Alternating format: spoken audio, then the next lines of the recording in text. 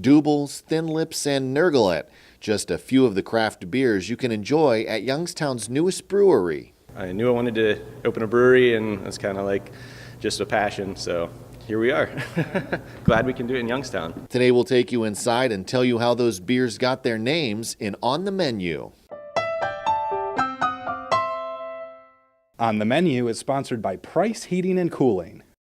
This is Overcast. It's a little citrusy, it's an IPA, but it's got a lot of hops in it, a little cloudy like, Youngstown. Youngstonian is our lager. That's probably like the most popular one right now. These two Youngstown-inspired beers can be found at Noble Creature Cask House, a new brewery owned and operated by Ira and Marcy Gerhardt. We're a little 4-barrel independent craft brewery, trying to brew a bunch of fun stuff for Youngstown and keep it small, keep it independent, and keep it local. I just wanted to check out the new place in town. It's new to me anyways. This place is incredible. Their beers are incredible. My husband's been here a couple times. I've never been here before, and I've been so excited to try it. I like local businesses, I like beer, and I like people that make their own beer.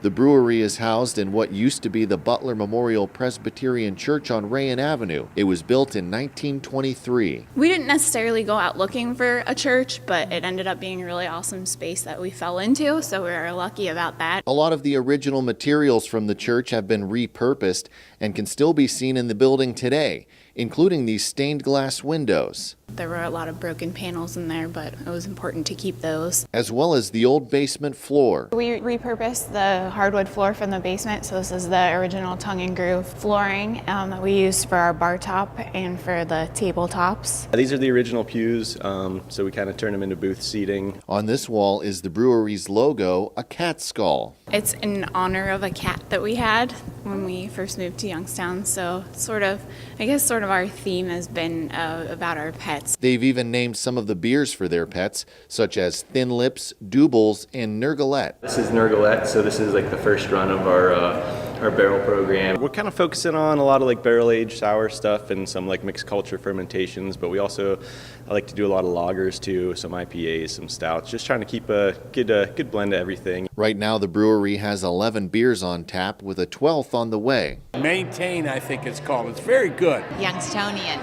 I ended up getting the Russian Imperial Stout, the Petrushka, and then now I have the Overcast IPA. Right now I have the Caterwaulen, and I had the Petrushka before that. I had a variety of the strangest things I could find, basically. There's only 11 that I've tried, so since they don't have the 12th one, I'll have to come back and wait for that one. Right now we're in the brewery at Noble Creature Cask House. This is the brewery's in the basement, and the tap room's upstairs. This is where all the beer's made down here. But before some of the beers hit the taps, they're aged in barrels like these. So there's a couple of different varieties of barrel-aged beers I think most people are familiar with, either kind of like the bourbon barrel-aged beers, like the big stouts or barley wines, things like that. We'll probably do a couple of those, but we're more interested in the mixed culture fermentation, which usually takes place in used wine barrels. And we have a sour brown that's in the barrel with a blackberry that should be ready pretty soon. Noble Creature got the barrels from Luvabella Winery in Louisville. We were trying to work with some local wineries to get some of their old barrels. And they're also collaborating with other businesses and organizations like the Purple Cat. They're taking a lot of our spent grains and working on a compost program there. Stone Fruit Coffee. We're actually working with them, working on a chocolate coffee stout. And the Gerhardts have recently implemented a charity tap.